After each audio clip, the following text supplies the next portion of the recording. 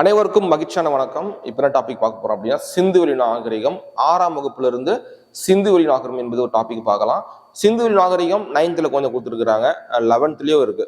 அது மட்டும் இல்லாம எத்திக்ஸ் புக்னு சொல்லக்கூடிய அரபியிலும் இந்திய பண்பாடும் அப்படின்னு ஒரு சப்ஜெக்ட்ல இருந்து ஒரு முதல் பாடமாக சிந்துவெளி நாகரிகம் கொடுத்துருக்காங்க. ஸோ எல்லாம் பேசிக்கான எல்லாமே சேம் கான்செப்டா தான் இருக்கும். இருந்தாலும் நம்ம வந்து 6th இருந்து போகலாம். 6th முடிச்சுட்டு 9th தனித்தனியாக பார்த்தோம் அப்படின்னா நம்மளுக்கு ரிவிஷன் பண்ணும்போது ஈஸியா இருக்கும். சரியா? ஓகே, இப்போ பார்க்கலாம். சிந்துவெளி நாகரிகம் பத்தி பார்க்கலாம். ஓகேவா? சோ சிந்துவெளி நாகரிகம் என்பது ஒரு மிக பழமையான ஒரு நாகரிகம் சொல்லுவாங்க. நாகரிகம் மீனிங் என்ன? ஏன் இப்ப வந்து பார்த்தோம் அப்படின்னா நாகரிகங்களை வந்து பழமையான நாகரிகம் சொல்லி ஒரு 4 நாகரிகங்கள் இருக்குங்க. ஒண்ணு சீன நாகரிகம், சிந்துவெளி நாகரிகம், எகிப்து நாகரிகம் மற்றும் மெசபொட்டோமிய நாகரிகம் அப்படின்னு சொல்லிட்டு ஒரு 4 வகையான நாகரிகங்கள் இருக்கு. வாட் இஸ் மீன் பை நாகரிகம்? நாகரிகம்னா என்ன? ஒரு மீன் நல்லா புரிஞ்சுங்க. இப்போ ஒரு ஃப்ரெண்ட்ஸ் கூட பேசிட்டு இருக்கோம், அவன் வந்து ஒரு தப்பானதை பேசணும்னா ஒரு நாகரிகமா பேசு நம்ம சொல்றோம் இல்லையா? அதாவது முறைப்படி இருக்குதுன்னு அர்த்தம். கட்டமைக்கப்பட்ட ஒரு நல்லபடியா இருக்கிறது, அதுதான் நாகரிகம்.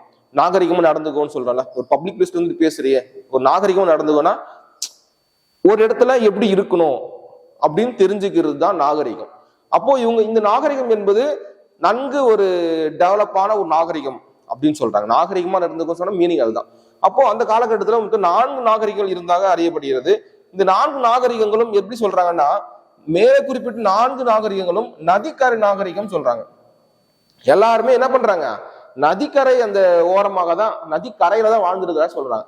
காரணம் என்ன சொல்லிட்டு நம்ம இதை கீழே பார்க்கலாம். சரியா?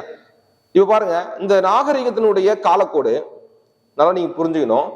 பாருங்க, ஃபர்ஸ்ட் ஒன் மெசபொட்டோமிய நாகரிகம். மெசபொட்டோமிய நாகரிகம் என்னுடைய காலம். சிந்துவெளி நாகரிகம், எகிப்து நாகரிகம், சீன நாகரிகம். மொத்தம் அந்த காலகட்டத்தில் 4 நாகரிகங்கள் மட்டுமே இருந்தாக அறியப்படுகிறதுங்க. ஓகேவா? சரி, நெக்ஸ்ட் இது ஒரு பாயிண்டா நம்ம வந்து எது எடுத்தாலும் எக்ஸாம் ஆஸ்பெக்ட்ல படிக்கணுங்க. ஓகேவா? அந்த காலகட்டத்துல மக்கள் எப்படி வாழ்ந்து சொல்றான்னு பாருங்க. மனிதர்கள் குழுக்களாக வாழ்ந்தனர். அக்குழுக்கள் இருந்து சமுதாயங்கள் உருவானது. பின் அந்த சமுதாயங்களே வளர்ந்து காலப்போக்கில் நாகரிகங்களாக மாறியதுன்னு சொல்றாங்க. இது ஒரு வரிசையாக கூட எடுத்துக்கலாம். குழுக்கள் சமுதாயமாகவும் சமுதாயம் நாகரிகமாகவும் மாறியதுன்னு சொல்லலாம். புரியுதுங்களா? அப்போ அந்த தொடக்கத்துல மக்கள் ஒரு குழுக்குள்ளா ஒரு கும்பலா வாழ்ந்துருக்கிறாங்க. அந்த கும்பல்களே பெருசாகும் போது ஒரு சமுதாயமா மாறுது. அந்த சமுதாயமே மக்கள் அடிப்படையில பெருசானதுக்கு அப்புறம் அவங்க ஒரு கட்டமைக்கப்பட்ட ஒரு வாழ்க்கை வாழும்போது அது ஒரு நாகரிகமாக மாறுகிறது. இதுதான் விஷயம். ஓகேவா? சரி, நெக்ஸ்ட் அடுத்து, ஏன் மக்கள் நதிக்கரையில் குடியேறினார்கள்? நல்லா புரிஞ்சுக்கணும். நதிக்கரை ஓரமா குடியேற ஒரே காரணம் என்ன அப்படின்னா நீர்வளம். தண்ணி நம்ம பயன்படுத்தலாம், குடி தண்ணியாகவும் மேய்ச்சலுக்கு புல்களையும் கண்டிப்பா அங்க செடி கொடியில் பசுந்து காணப்படும். அங்க ஆண்நிறைகளை மேய்க்கலாம், நம்ம வந்து வாழலாம். புரியுதுங்களா? அதாவது நதிக்கரை ஏன் வாழ்ந்தாங்கன்னு சொல்லி சொல்றாங்க பாருங்க. ஒரு ஸ்ட்ராங்கான வளமான மண் இருக்கும் அப்படின்னு சொல்றாங்க. ஒரு வளமான மண் இருக்கும், அந்த வண்டல் மண் சொல்லுவாங்க. நதிக்கரை ஓரம் இருக்கக்கூடிய மண் பேர் என்ன? வண்டல் மண். சரியா? வளமான மண் இருக்குன்னு சொல்றாங்க. ஆறுகளில் பாயும் நன்னீர் குடிப்பதற்காகவும் கால்நடைகளை சேவைகளுக்காகவும் நீர்ப்பாசனத்துக்காகவும் பயன்படுதுன்னு சொல்றாங்க. நல்லா புரிஞ்சுக்கணும். நம்ம ஆற்று பகுதியில வாழ்றாங்க அப்படின்னா அவங்களோட வாழ்வாதாரம் நம்பி இருக்கோம், அந்த ஆற்றை நம்பிதான். அந்த ஆறு ஓடும் போது அந்த ஓரமாக செடிகள் வளர்ந்துருக்கும், விவசாயம் பண்ணலாம், நம்ம குடிக்கு தண்ணி எடுத்துக்கலாம், கால்நடைகளுக்கு தண்ணி கொடுக்கலாம், நல்ல வளமாக வாழலாம். அது மட்டும் இல்லாம போக்குவரத்துக்கு ஏற்ற வழியாக இருந்ததாக சொல்றாங்க. இதான் ரீசன் என்ன அப்படின்னா இதான் காரணங்கள். அடுத்து, ஹரப்பா புதையுண்ட நகரம் எப்படி கண்டுபிடிக்கிறாங்க? எப்படி புதையுண்ட நகரமாக சொல்றாங்க? ஹரப்பான்னு சொல்றாங்க. ஹரப்பாவும் சிந்துவெளி நாகரிகம் ஒண்ணுதான், அதை ஞாபகம் வச்சுங்க. ஓகேவா? ஹரப்பா நகரத்தின் ஈடுபாடுகளை முதலில் ஒரு நூலை வெளியிட்டவர் யார் என்றால் சார்லஸ் மேசன். ஓகேவா? சார்லஸ் மேசன் அவர்கள் தான் ஒரு நூல்ல வந்து வெளியிடுறாரு. ஓகேவா? அவரை சொல்றாரு என்று ஆங்கிலேய தனது நூலில் விவரிக்கிறார். கிழக்கிந்திய கம்பெனியில் பணிபுரிந்த படை வீரர் யாரு? இவர் சார்லஸ் மேசன் அவர்கள் பிரிட்டிஷ் இந்தியா ஈஸ்ட் இந்தியன் கம்பெனியில படை வீரராகவும் ஒரு ஆராய்ச்சியாளராகவும் இருக்கிறார். ஓகேவா? அவர் சொல்றா, தற்போது பாகிஸ்தானில் உள்ள இந்திய வடமேற்கு பகுதியில பார்வையிட்ட போது சில செங்கல் திட்டுக்கள் இருப்பதை அவர் கண்டறிகிறாரு. அப்போ பாகிஸ்தான் இருக்கக்கூடிய இந்திய வடமேற்கு பகுதியில இவர் ஆய்வு செய்யும் போது அங்க செங்கல் திட்டுக்கள் காணப்படுகிறது. அதுல இருந்து தான் ஒரு ஆராய்ச்சி மேற்கொள்கிறார். ஓகேவா? நெக்ஸ்ட் அடுத்தபடியாக நம்ம பாக்குறோம் அப்படின்னா, அந்த பாழடைந்த செங்கற்கோட்டையை உயரமான சுவர்களிலும் கோபுரங்களிலும் ஒரு மலை மீது கட்டப்பட்டுள்ளதுன்னு சொல்றாங்க. அதாவது எப்படி இருக்குன்றாங்க, ஒரு மலை மீது ஒரு கோபுரம் கட்டப்பட்டதாக அறியப்படுகிறது. அவருக்கு சொல்லியிருக்காரு. ஓகேவா? பாருங்க, ஒரு மலை மீது, ஓகே, ஒரு மலை மீது கட்டப்பட்டுள்ளது சொல்றாங்க. என்ன சொல்லிட்டு இருக்காங்க, செங்கற்கல் கோட்டை உயரமான சுவர்களுடன் கோபுரங்களுடனும் மலை மீது கட்டப்பட்டிருக்கு ஒரு காண்றாரு. இதையும் அவர் குறிப்பிடுறார் அந்த நூல்ல. ஹரப்பா இருப்பதற்கான ஒரு முதல் சான்றாக அறியப்படுகிறது. இது முக்கியமான ஒரு பாயிண்ட்டுங்க, படிச்சு வச்சுங்க, நோட் பண்ணி வச்சுங்க. சரி, நெக்ஸ்ட் அது மட்டும் இல்லாம அந்த பகுதியில ரயில் போக்குவரத்துக்காக ஒரு பாதையை சீர் செய்யும் பொழுது என்ன பண்றாங்க, நிலத்தை தோண்டிய போது ஒரே ஈக்குவலான செங்கற்கல்கள், சுட்ட செங்கற்கள் வந்து கிடைக்குது. அதாவது என்ன பண்ணியிருக்காங்க, ஆங்கிலேயர்கள் ரயில் வழித்தடத்துக்காக பயன்படுத்தி அந்த பிளேஸ் வந்து கிளியர் பண்ணிட்டு இருக்கும்போது அவங்க கொண்டு வந்த பொருள் காலி ஆயிடுச்சு போல. ஸோ ஒரு இடத்துல தோண்டும் போது ஒரே அளவுடைய செங்கற்கல்கள் கிடைக்குது. அது என்ன பண்றாங்க, எடுத்து அவங்க பயன்படுத்திக்கிறாங்க. அதனுடைய தன்மையை ஆராயாமல் அது எப்படி வந்துச்சு என்ற ஒரு தொலைநோக்கு பார்வை இல்லாமல் என்ன பண்றாங்க அப்படின்னா, அந்த செங்கற்களை எடுத்து அவங்க என்ன பண்ணிக்கிறாங்க, ரயில்வேக்கு பயன்படுத்தி கொள்கிறார்கள். பாருங்க, அதை சொல்லியிருக்காங்க இந்த பாயிண்ட்ல. ஓகேவா?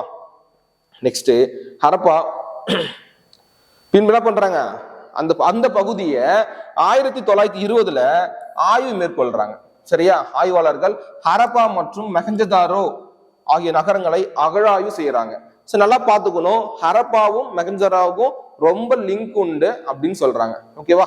ஏன் அப்படி சொல்றோம் அப்படின்னா, அது இரண்டுமே அருகருகில் காணப்படக்கூடிய ஒரு பகுதி. பாருங்க, நல்லா நீங்க பார்த்தோம் அப்படின்னா, இதான் இந்தியாவுக்கு மேல, பாகிஸ்தானுக்கு மேல சிந்து நாகரிகம், அது பக்கத்துல சீன நாகரிகம், இந்த பக்கத்துல மெசபடோமிய நாகரிகம், இது எகிப்து நாகரிகம். நல்லா பார்த்தா புரிஞ்சிருக்கும். நம்ம சுத்தி, அதாவது சிந்து நாகரிகத்தை சுத்தி தான் மற்ற 3 நாகரிகங்களும் அமைந்திருக்கும். அதனால ஞாபகம் வச்சுக்கணும். சரியா? அடுத்த பாயிண்ட் பார்க்கலாம். அப்போ தொல்பொருள் ஆய்வாளர்கள் ஹரப்பாவையும் மொஹஞ்சதாரோவையும் எப்ப ஆய்வு செய்யறாங்க, 1920 ஆய்வு செய்யறாங்க. பின்பு என்ன பண்றாரு அப்படின்னா, 1924 தொல்பொருள் ஆய்வுத்துறையினுடைய இயக்குநராக இருந்த ஜான் மார்ஷல் சொன்னோம் இல்லையா, தன்னுடைய புத்தகத்துல வெளியிட்டாருன்னு சொன்னோம் இல்லையா, அந்த நபர் ஜான் மார்ஷல் என்ன பண்றாரு அப்படின்னா, ஹரப்பாவிற்கும் மொஹஞ்சதாரோவிற்கும் இடையே உள்ள பொதுவான அம்சங்களை எடுத்துரைக்கிறாரு, கண்டறிகிறாரு. அது மட்டும் இல்லாம இரண்டுமே ஒரு பெரிய நாகரிகத்தை சார்ந்து வெவ்வேறு பகுதிகள் அப்படின்னு சொல்லிட்டு முடிவுக்கு வராரு. அந்த ஆய்வின் மூலமா என்ன பண்றாரு, அவரு இரண்டுமே மிகப்பெரிய ஒரு நாகரிகம், அது வேற இடத்துல இருக்குன்றது கண்டுபிடிக்கிறார். ஓகேவா? அது மட்டும் இல்லாம ஹரப்பாவிலும் மொஹஞ்சதாரோவிலும் கண்டுபிடிக்கப்பட்டுள்ள மண்பாண்டங்களுக்கிடையே சிறிய அளவு வேறுபாடு இருப்பதை ஆராய்ச்சி செய்யறார். ஆய்வுல வந்து கண்டுபிடிக்கிறார். கொஞ்சம் டிஃபரன்ஸ் இருக்கு, ரொம்ப ஒத்து போல, கொஞ்சம் டிஃபரன்ஸ் இருக்குன்னு சொல்லிட்டு கண்டுபிடிக்கிறாரு. சரியா? அதனால ஹரப்பா நாகரிகம் மொஹஞ்சதாரோ நாகரிகத்தை விட பழமையானதாக இருக்குன்னு சொல்றாங்க. ஓகேவா? அதாவது ஹரப்பா நகரத்தையும் மொஹஞ்சதாரோ நாகரிகத்தையும் ஆய்வு செய்யறாரு ஜான் மார்ஷல் அவர்கள். அந்த ஆய்வின் முடிவில் ஹரப்பா மற்றும் மொஹஞ்சதாரோ ஆய்வுல இரண்டுக்கும் சில பொருட்கள்ல வேறுபாடு இருக்கு. அந்த வேறுபாட்டை பார்க்கும் பொழுது மொஹஞ்சதாரோவை விட ஹரப்பா நாகரிகம் பழமையான நாகரிகம் என்பதை அவர் முடிவுக்கு வர்றார். சரியா? ஓகே, அடுத்து கால வரையறைன்னு பார்க்கலாம். இதில் பார்க்கும்போது கால வரையறைன்னு பார்க்கும்போது, புவி எல்லைன்னு பார்க்கும்போது சிந்து நாகரிகத்துல தெற்கு ஆசியாவிற்கும் பரவி காணப்படுகிறது. காலப்பகுதி என்னன்னா வெண்கல காலம். ஓகேவா? அவங்க காலத்துல வெண்கலம் மட்டும் தான் இருந்திருக்கு. ஓகேவா? இவங்களோட காலம் என்ன அப்படின்னா, பொது ஆண்டுக்கு முன்பு 3300 முதல் 1900 வரை குறிப்பிடுறாங்க.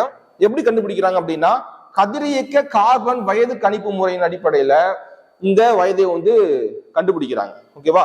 இதனுடைய பரப்பளவு சொல்லி கொடுத்தோம் அப்படின்னா 13 லட்சம் சதுர கிலோமீட்டர்ல இந்த சிந்து நாகரிகம் பறந்து காணப்படுகிறது. நகரங்கள் எத்தனை இருக்குன்னு சொல்றாங்க, 6 பெரிய நகரங்கள் இருக்குன்னு சொல்றாங்க. அதே போல கிராமம் எவ்வளவு இருக்குன்னா 200க்கும் மேற்பட்ட கிராமங்களை கொண்டு இருக்குன்னு சொல்றாங்க. அப்ப பாத்துங்க, மிகப்பெரிய ஒரு நாகரிகத்தை கொண்டதுதான் இந்த சிந்துவெளி நாகரிகம் சொல்றாங்க. பாருங்க, நீ யோசிச்சு பாருங்க, ஒரு 6 பெரிய நகரங்கள், 200 அதுக்குள்ள கிராமங்கள் இருக்கு, கிட்டத்தட்ட 13 லட்சம் சதுர கிலோமீட்டர் பலப்பறை கொண்டு இருக்கு. கதிரியக்க கார்பன் வயது கணக்கீட்டு முறையின்படி கிட்டத்தட்ட 3300 முதல் 1900 பொது ஆண்டுக்கு முன்னு சொல்லுவாங்க, கிமுன்னு சொல்லுவாங்க. சரியா, அதுல இருக்குன்னு சொல்றாங்க. சோ இதெல்லாம் பார்க்கும்போது மிகப்பெரிய ஒரு நாகரிகமாக செயல்படக்கூடியது இருந்திருக்கிறதுன்னு சொல்லிட்டு பார்த்தோம் அப்படின்னா சிந்துவெளி நாகரிகம். அது மட்டும் இல்லாம இந்த பாக்ஸ் பாயிண்ட் பாருங்க, இது வந்து கொஸ்டின் ஆஸ்பெக்ட்ல படிக்கலாம், எக்ஸாம் ஆஸ்பெக்ட்ல. தொல்லியல், இந்திய தொல்லியல் துறை எப்படி உருவாச்சு, சரியா பார்க்கும்போது 1861 ஆண்டு அலெக்சாண்டர் கன்னிங்ஹாம் சொல்லக்கூடிய அந்த நபர் என்ற ஒரு நில அளவையர் அப்படின்னு சொல்றாருன்னா, அவரால் நிறுவப்பட்டதே இந்த இந்திய தொல்லியல் துறை. இதனுடைய தலைமையகம் தற்போது எங்க இருக்குன்னு சொல்லிட்டு பார்த்தோம் அப்படின்னா நியூ டெல்லி. ஓகேவா, சரி. நெக்ஸ்ட் இது பாருங்க, வெண்கல காலம். அதாவது மக்கள் அவங்க காலகட்டத்தில் பயன்படுத்தப்பட்ட உலோகங்களை வைத்துக் கொண்டுதான் மதிப்பிடுறாங்க. அப்போ சிந்துவெளி மக்கள் என்ன பண்றாங்க அப்படின்னா வெண்கலத்தால் ஆன பொருட்களை பயன்படுத்தி காலமாகும், அதனால வெண்கல காலம் சொல்றாங்க. ஓகேவா, வெண்கலம் எப்படி உருவான்னு சொல்லிட்டு சொல்லுங்க பார்க்கலாம். பாக்சைட்டா, அது எதன் அடிப்படையில் ரெண்டு கலக்கும் போது ஒரு பித்தளை எப்படி உருவாகுது, வெண்கலம் எப்படி உருவாகும் சொல்லிட்டு நீங்க கமெண்ட்ல சொல்லுங்க பார்க்கலாம். ஓகே, சரி நெக்ஸ்ட் பார்க்கலாம். இதான் வந்து இந்திய எல்லைக்குள் கண்டுபிடிக்கப்பட்ட தொல்பொருள் ஆய்வாளர்கள் இந்திய எல்லைக்குள் ஹரப்பா நாகரிகம் இந்த இடங்களை வந்து குறிப்பிடுறாங்க. சரி, நல்லா பாருங்க. அதாவது இது நல்லா நீங்க பார்த்தோங்க அப்படின்னா நதிக்கரை ஓரமாக நடந்திருக்கும். இது தெரியுதுங்களா, இந்த பகுதி வந்து குஜராத், இதுல குஜராத், இந்த பகுதியில குஜராத் இருக்கும், இந்த பகுதியில வந்து ராஜஸ்தான், மேல போன டெல்லி சொல்லி இருக்கும். ஸோ அதனுடைய ஹெண்டுல வரைவுல பாத்தீங்க அப்படின்னா இது ஒரு சிந்து வந்து இந்த பகுதியில உருவாகும். அதாவது ஜம்மு காஷ்மீர்ல உருவாயிட்டு அதன் வழியாக வந்து இந்த பகுதியில கலக்கும், அரபிக்கடல்ல கலக்கும். ஸோ இந்த நதிக்கரை, சிந்து நதிக்கரை இந்த ஓரத்துல வாழ்ந்ததால அவங்க பேர் என்ன சொல்றாங்க, சிந்து நாகரிகம் சொல்றாங்க. இதெல்லாம் வந்து அந்த கண்டுபிடிக்கப்பட்ட இடங்கள். ஓகேவா, ரைட். அடுத்து நகர நாகரிகம் ஏன் சொல்றாங்க, நல்லா புரிஞ்சுக்கணும். நகரம் ஒரு நீங்க யோசிச்சு பாருங்க. ஒரு சென்னைக்கு போறோம், அந்த சென்னையில எப்படி இருக்கு, மெட்ரோ சிட்டின்னு ஒண்ணு இருக்கு. மெட்ரோ சிட்டின்னு சொல்றோம். ஒரு திட்டமிட்ட கட்டமைக்கப்பட்ட ஒரு நாகரிகங்களை ஒரு பிளான் பண்ணி, ஒரு ஒரு காவா தண்ணினா அது இப்படிதான் போய் சேரணும், மழை நீர் வருதா அது இங்க போய் சேரணும், ஒரு பிரிட்ஜ் கட்டுறோமா அது இப்படி கரெக்டா கட்டணும், இதெல்லாம் பயன்படணும். இப்படி பிளான் பண்ணி கட்டப்படக்கூடியது ஒரு திட்டமிட்ட நாகரிகம், திட்டமிட்ட நகரம் என்பதை தான் நான் சொல்றாங்க நகர நாகரிகம் சொல்றாங்க. ஒரு பிளான் பண்ணி ஒரு கரெக்டான மெத்தட்ல ஒரு கரெக்டான வேலை பண்றாங்க. இது வந்து எக்ஸிக்யூட் பண்ணி அழகாக வாழ்ந்திருக்கிறார்கள். பாருங்க, ஏன் நகர நாகரிகம் சொல்றாங்க. ஹரப்பா நாகரிகம் ஒரு நகரம் எனலாம். அதற்கு காரணம் என்ன சொல்லி பார்க்கலாம். என்ன சொல்றாங்க, சிறப்பான நகர திட்டமிடல், பிளான் பண்றாங்க, பிளானிங். ஒரு நகரத்தை எப்படி கட்டமைக்கப்பட வேண்டும் என்பதை அழகாக என்ன பண்றாங்க, திட்டமிடுறாங்க. அது மட்டும் இல்லாம சிறப்பான கட்டிட வேலைப்பாடுகள். சென்னை பக்கம் போனா அப்படி இருக்கு, பில்டிங்ஸ்லாம் உயரமா இருக்கு இல்லையா. அப்போ அந்த கட்டிட வேலையும் ஒரு சிறப்பாக செய்கிறார்கள். தூய்மைக்கும் பொது சுகாதாரத்திற்கும் கொடுக்கப்பட்ட முன்னுரிமை, இதான் நீங்க யோசிக்கணும். ஒரு ஒரு நார்மலான இடத்துக்கு போறோம் அப்படின்னா அங்கதான் இருக்கும் ஒரு கட்டமைக்கப்படாத ஒரு வாய்க்கால் தண்ணி, என்ன சொல்றலாம், சுகாதாரம் இல்லாத தண்ணிகள் எல்லாமே பண்ணியிருக்கோம், அங்க செதறி காணப்படும். அப்படி இதெல்லாம் போக முடியுமா, வாழ முடியுமா, கிடையாது.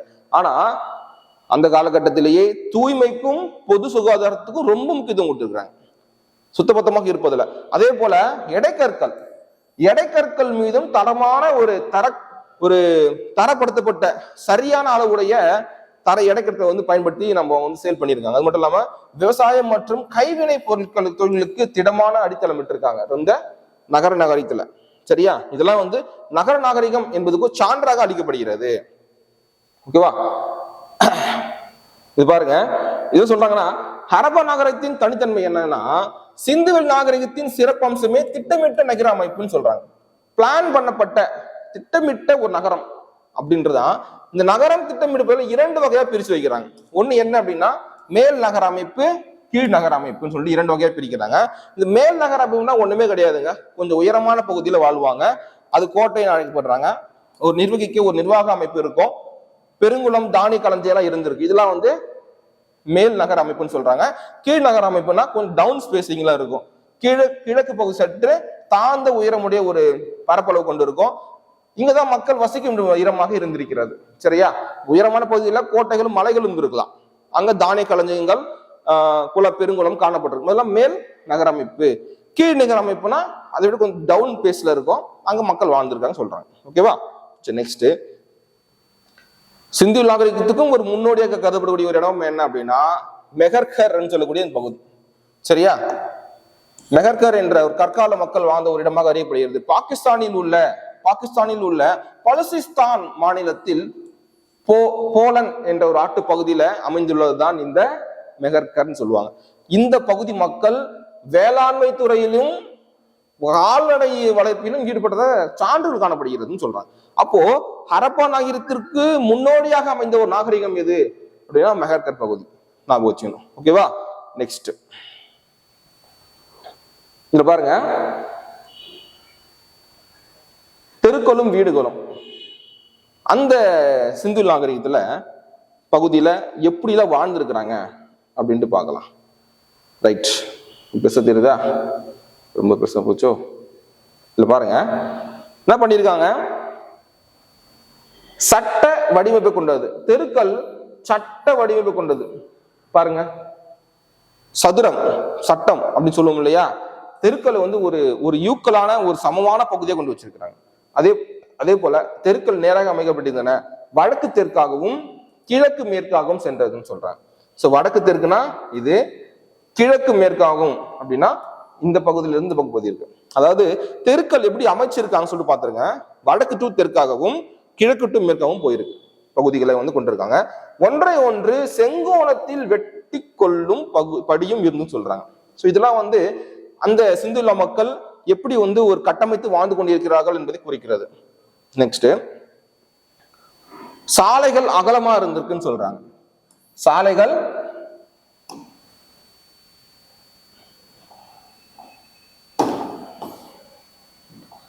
சாலைகள் அகலமாக காணப்படுகிறது.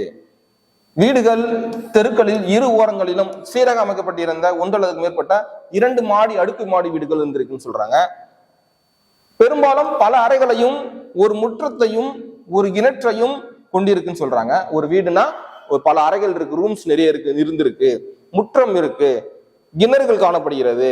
ஒவ்வொரு வீட்டிலும் கழிவறையும் குளியல் அறையும் பர்டிகுலரா தனித்தனியா இப்ப நம்ம எப்படி பயன்படுத்தி கொண்டு இருக்கிறோமோ அது போலவே ஒரு கட்டமைக்கப்பட்ட ஒரு வீட்டுல வந்து வாழ்ந்திருக்காங்க. அடுத்து, வீடுகள் சுட்ட செங்கற்களால் கட்டப்பட்டிருக்காங்க. ஓகேவா? வீடுகள் சுட்ட செங்கற்களாலும் சுண்ணாம்பு கலவையாலும் கட்டப்பட்டிருக்கிறது. சூரிய வெப்பத்தில் உலர வைக்கப்பட்ட செங்கற்களும் பயன்படுத்தப்பட்டிருக்கு. சூரிய வெப்பத்தாலும் உலர வைக்கப்பட்ட செங்கல் பயன்படுத்தி இருக்காங்க. சுட்டன நெருப்பு போட்டு சுடப்பட்ட செங்கற்களும் இதில் பயன்படுத்தி இருக்கிறாங்க. ஓகேவா? அதே போல செங்கற்கள் ஒரே சீராக காணப்படுகிறது, உடைய இருந்திருக்கிறது. கூரைகள் சமதளமாகவும் இருந்திருக்கின்றன. நம்ம தளம் போடுறோம் இல்லையா, அது போல வந்து கொடுத்திருக்கிறாங்க. ஓகேவா? வாழ்ந்திருக்கிறாங்க நன்கு கட்டமைக்கப்பட்ட ஒரு வீடாக.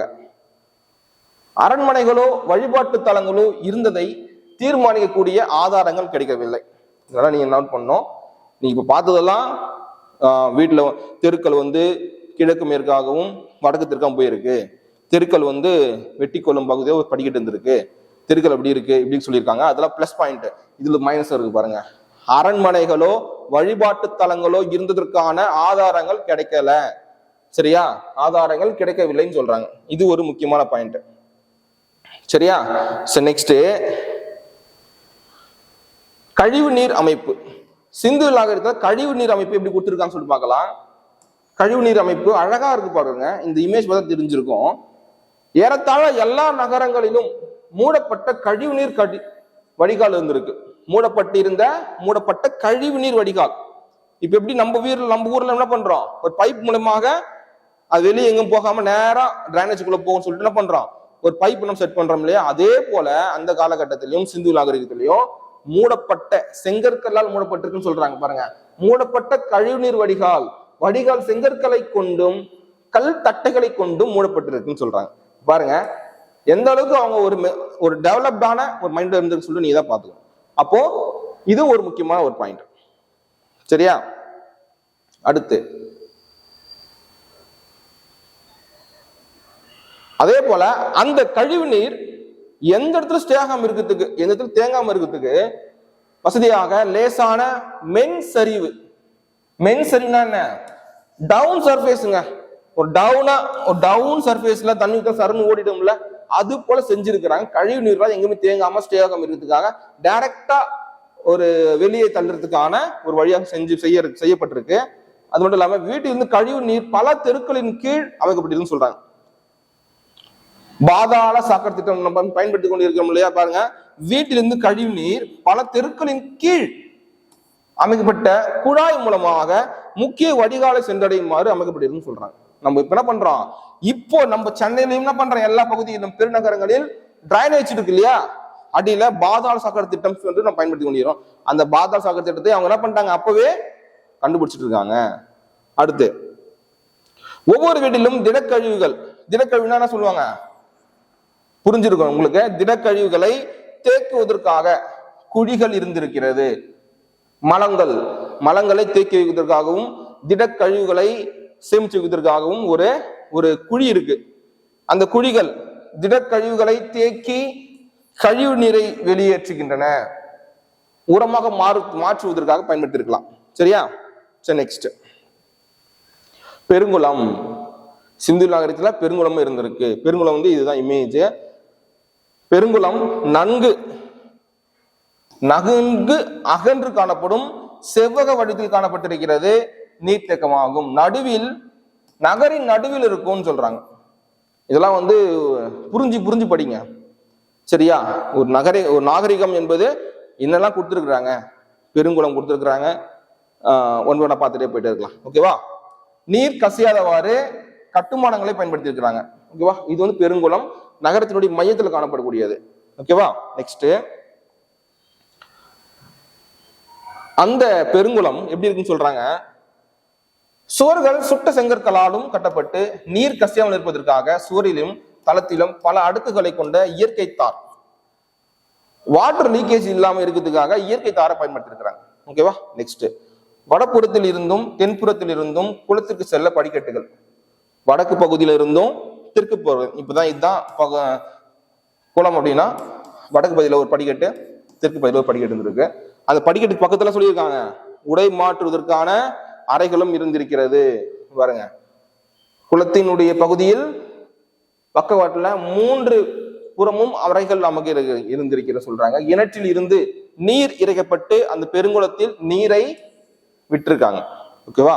பக்கத்துல இருக்கிற கிணத்துல நீரை இறைச்சி அந்த பெருங்குளத்துல தண்ணீரை வந்து விட்டுருக்காங்க. ஓகேவா? இது ஒரு பாயிண்ட். நெக்ஸ்ட், தானிய களஞ்சியம் பார்க்கலாம். தானிய களஞ்சியம் எப்படி இருக்குன்னு சொல்லி பார்க்கலாம். தானிய களஞ்சியம் எங்க இருக்கு கண்டுபிடிச்சிருக்காங்கன்னு சொல்லிட்டு பார்த்தோம் அப்படின்னா, தான களஞ்சியம் செங்கற்கல்லால் அடித்தளமிடப்பட்ட பெரிய உறுதியான ஒரு கட்டமைப்பு.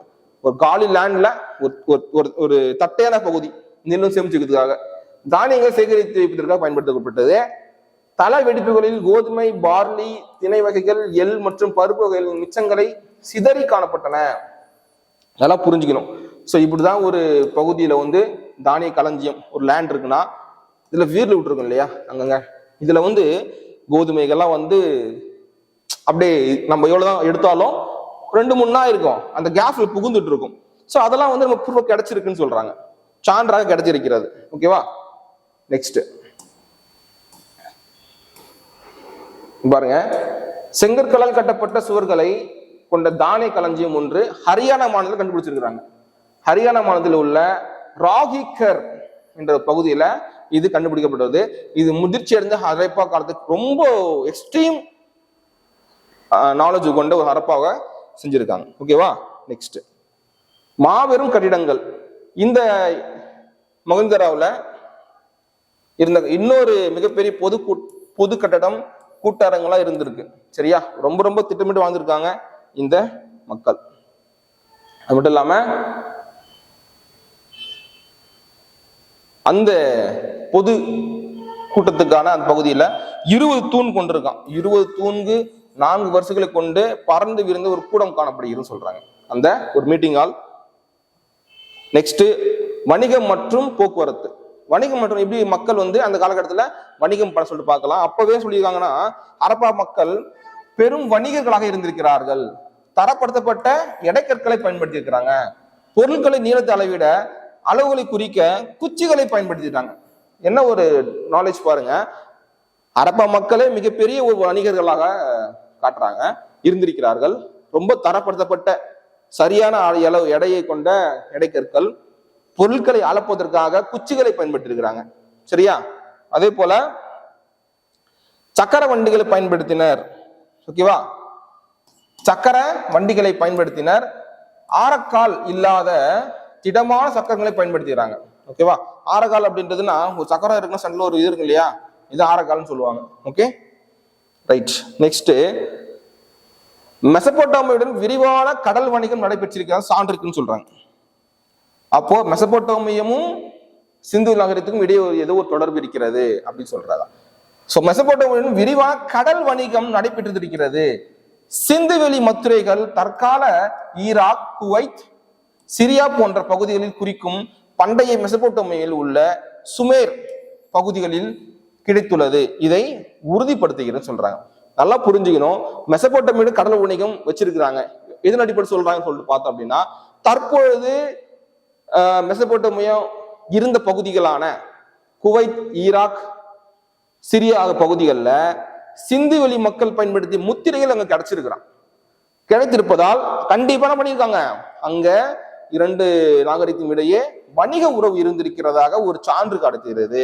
அப்போ மெசபோட்டோமிய நாகரிகத்துல என்னென்ன இருக்கு, ஈராக், குவைத், சிரியா போன்ற பகுதிகளை தான் அந்த காலகட்டங்கள்ல மெசபோட்டோமிய நாகரிகமாக இருந்திருக்கிறது. சரியா? சுமேரியாவில் உள்ள அக்காடிய பேரரசிற்கு உட்பட்ட அரசரான நாரம் சிங் என்பவர் சிந்துவெளி பகுதியில் உள்ள மெலுகா எனும் இடத்தில் இருந்து அணிகலன் வாங்கியதாக குறிப்புகள் காணப்படுகிறதாம்பா. அதாவது சுமேரியான்னு சொல்லியிருக்கணும். அதாவது சுமேரியானா எங்க இருக்கு, மெசபோட்டோமியில் உள்ள சுமேரிய பகுதி. அந்த பகுதியினுடைய பேர் அரசிற்கு உட்பட்ட ஒரு பகுதி. இந்த அரசர் பேர் என்ன, நாரம் சிங். அவர் என்ன பண்ணிருக்காரு அப்படின்னா, சிந்துவெளிக்கு வந்து அங்க ஆபரணங்களை வாங்கியதாக சான்று இருக்கிறது, அணிகலன்கள் வாங்கியதாக சான்று குறிப்புகள் காணப்படுதுன்னு சொல்றாங்க. அப்போ நம்ம புரிஞ்சுக்கணும், மெசபோட்டோமியத்திற்கும் சிந்து நாகரிக மக்களுக்கும் இடையே மிகப்பெரிய ஒரு உறவு இருந்திருக்கிறது என்று நீங்கள் ஆழ்ந்து புரிஞ்சுக்கணும். சரியா? நெக்ஸ்ட், அது மட்டும் இல்லாம பாரசீக வளைகுடா மற்றும் மெசபோட்டோமியா, பாரசீக வளைகுடா மற்றும் மெசபோட்டோமியாவில் கண்டுபிடிக்கப்பட்ட போன்று உருளை வடிவ முத்திரைகள் சிந்துவெளி பகுதியிலும் காணப்படுகிறதுன்னு சொல்றாங்க. பாரசீக வளைகுடா மற்றும் மெசபோட்டோமியா பகுதியில் கண்டுபிடிக்கப்பட்ட அந்த முத்திரை வடிவ உருளை வடிவ முத்திரை சிந்துவெளி மக்கள்கிட்டையும் இருக்கு, அந்த பகுதியில் கண்டுபிடிச்சிருக்காங்க. அப்போ ஒரு உறவு இருந்திருக்கிறது, ஒரு போக்குவரத்தோ ஒரு வணிக உறவு கண்டிப்பா வச்சிருந்திருக்காங்க. மெசபோட்டோமியா மற்றும் பாரசீக வளைகுடா பகுதியில் ஒரு முக்கியமாக ஒரு சான்றாக இருக்கிறது. இரு பகுதிகளிலும் இருந்து வணிகம் நடந்ததை காட்டுகிறதுன்னு சொல்றாங்க. புரியுதா? அப்போ சிந்துவெளி மக்கள் மெசபோட்டோமியா மற்றும் பாரசீக வளைகுடா பகுதியினுடைய வணிக உறவு வைத்துக் கொண்டிருக்காங்க அறியப்படுகிறது. இது ஒரு கேள்வி கூட நீங்க படிச்சுக்கலாம். ஓகேவா? நெக்ஸ்ட், குஜராத்தில் உள்ள லோத்தல் கப்பல் கட்டும் தளம் ஒன்று இருப்பதாக அறியப்படுகிறது. சரியா? இது மேற்கொண்டு கடல் வணிகத்துக்கான ஒரு முக்கிய சான்றாக சொல்றாங்க. அப்போ கடல் செப்பனிடும் பணி அல்லது கப்பல் கட்டும் பணி செய்யக்கூடிய அந்த பகுதி இருந்தாலே கப்பல் போக்குவரத்து இருக்குன்னு அர்த்தம். சரியா? அதான் மெயின். பாருங்க, அந்த லோத்தல் எங்க இருக்கு, குஜராத் பகுதியில் கட்டப்படும் லோத்தல் கப்பல் கட்டும் தளம் இருந்திருக்கிறது. குஜராத்தில் உள்ள சபர்மதி ஆறு, இது ஒரு கேள்வி படிச்சு வச்சுக்கணும். சபர்மதி ஆற்றின் துணையாற்றின் ஒரு கரையில, சபர்மதி ஆற்றினுடைய துணையாற்றினுடைய ஒரு கரையில இந்த லோத்தல் எனும் கப்பல் கட்டும் தளம் இருந்திருக்கிறது. இது கடல் வணிகத்தை குறிப்பிடுகிறதுன்னு சொல்லலாம். ஓகேவா? ஓகே. அப்போ நெக்ஸ்ட், மெகஞ்சதாரோடைய தலைவர் எப்படி இருந்திருக்க சொல்லு கேட்கிறாங்க பாருங்க. மெகஞ்சதாரோ தலைவர், அதாவது மெகஞ்சதாரால அந்த தலைவர் எப்படி இருந்திருக்காரு, அமர்ந்த நிலையில் இருந்திருக்கிறார். சிட்டிங் பொசிஷன்ல அமர்ந்த நிலையில் ஒரு ஆண் சிலை இருந்திருக்கிறது. அந்த நெற்றில ஒரு தலைப்பாகையுடன் இருந்திருக்கிறது. வலது கை மேற்பகுதியில ஒரு சிறிய அணிகலன் இருந்திருக்கிறது. அதே போல தலைமுடியும் தாடியும் நன்கு ஒதுக்கப்பட்டு கிளீன் ஷேவ் இல்லாம ஒரு நம்ம டிசைன் போட்டோம் இல்லையா, அதே போல ஒழுங்குபடுத்தப்பட்டுள்ளது. காதுகளுக்கு கீழும் இரு துளைகள் அமைக்கப்பட்டு தலையிலிருந்து காதுகளை அணையக்கூடிய ஒரு ஜாயிண்ட், ஒரு சங்கிலி மாதிரி இருக்கும். இரு துளைகள் தலையின் அணியப்படும். தலையில் அணியப்படும் அணிகலன் காது வரை இணைக்கும் ஏற்பட்டு சொல்றாங்க. இப்படி அணிஞ்சு இப்படி போடுவாங்க இல்லையா, அது போல அமைஞ்சிருக்குன்னு சொல்றாங்க. இது இடது தோல் பூக்களும் வளையங்களும் அலங்கரிக்கப்பட்டுள்ளது.